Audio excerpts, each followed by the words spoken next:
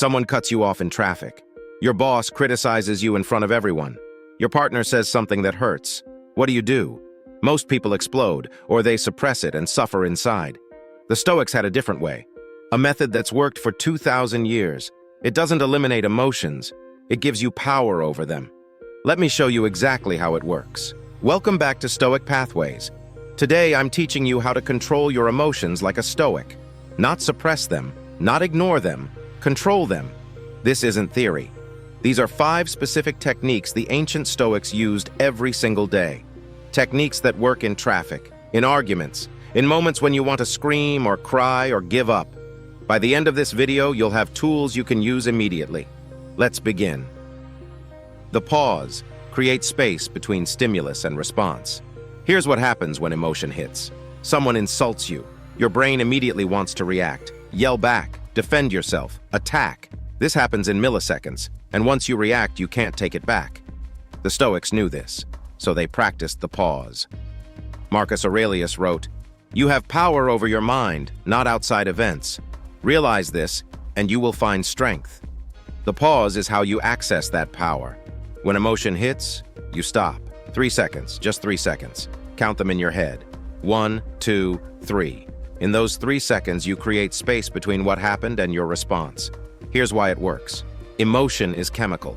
Adrenaline floods your system. Your heart races. Your thinking narrows. But adrenaline peaks in about 3 seconds. If you wait, the intensity drops. Your rational mind comes back online.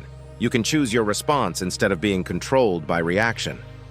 Seneca practiced this with anger. He wrote, "The greatest remedy for anger is delay." When someone made him angry, he would pause, take a breath, ask himself, will reacting make this better or worse? Usually worse.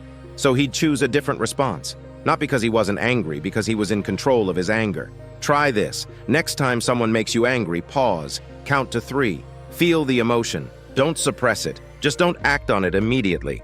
You'll be shocked how often you choose differently when you give yourself space. The separation. Distinguish between event and story. Here's where most people lose control. Something happens. Then they add meaning to it. Your boss ignores your email. That's the event. But you immediately think, he hates me, I'm getting fired, my career is over. That's the story. And the story causes way more suffering than the event. Epictetus taught his students to separate these. He said, "It's not things that upset us, but our judgments about things." The email is neutral. It's just data. Your interpretation creates emotion. Change the interpretation. Change the emotion. Marcus Aurelius practiced this constantly. Someone betrayed him. Event. He could tell himself, "I'm a fool. Everyone's against me. I can't trust anyone." Or he could tell himself, "This person acted according to their nature. It says nothing about me.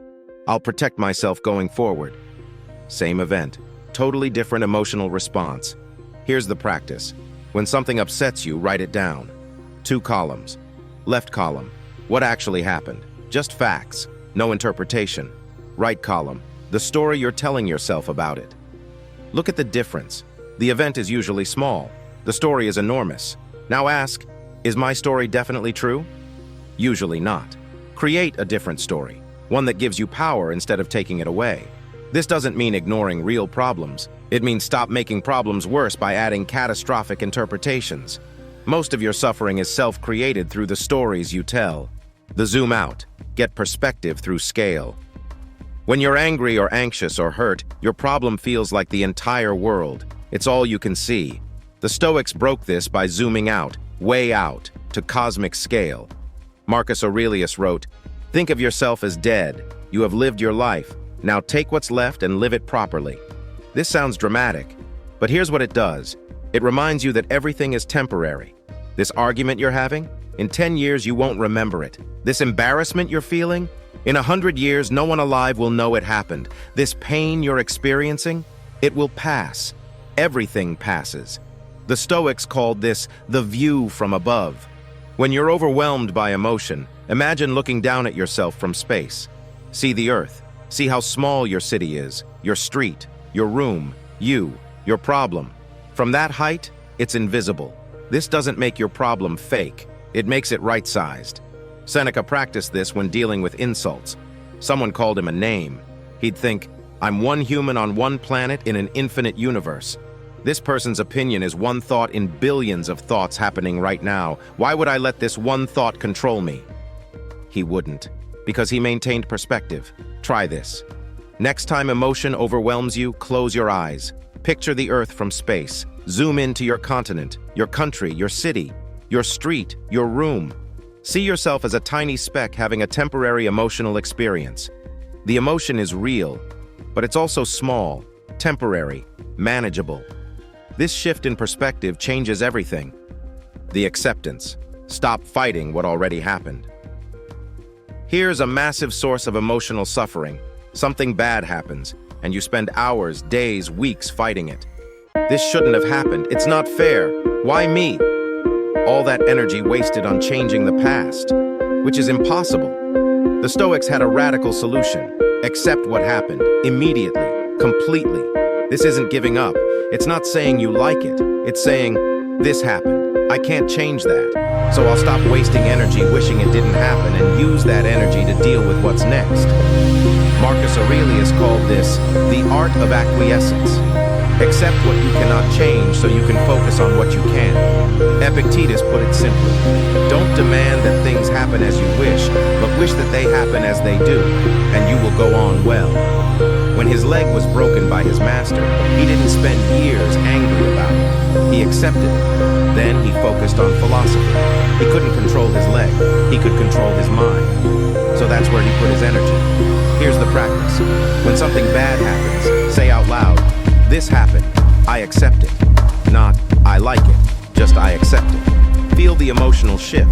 You're not fighting reality anymore. You're working with it. All that energy you were spending on why me and this isn't fair is now available for problem solving. Most emotional suffering comes from rejecting reality. Your partner left. You reject it. You stay in denial, bargaining, anger. The Stoic accepts it. They left. That's reality. What do I do now? One approach keeps you stuck.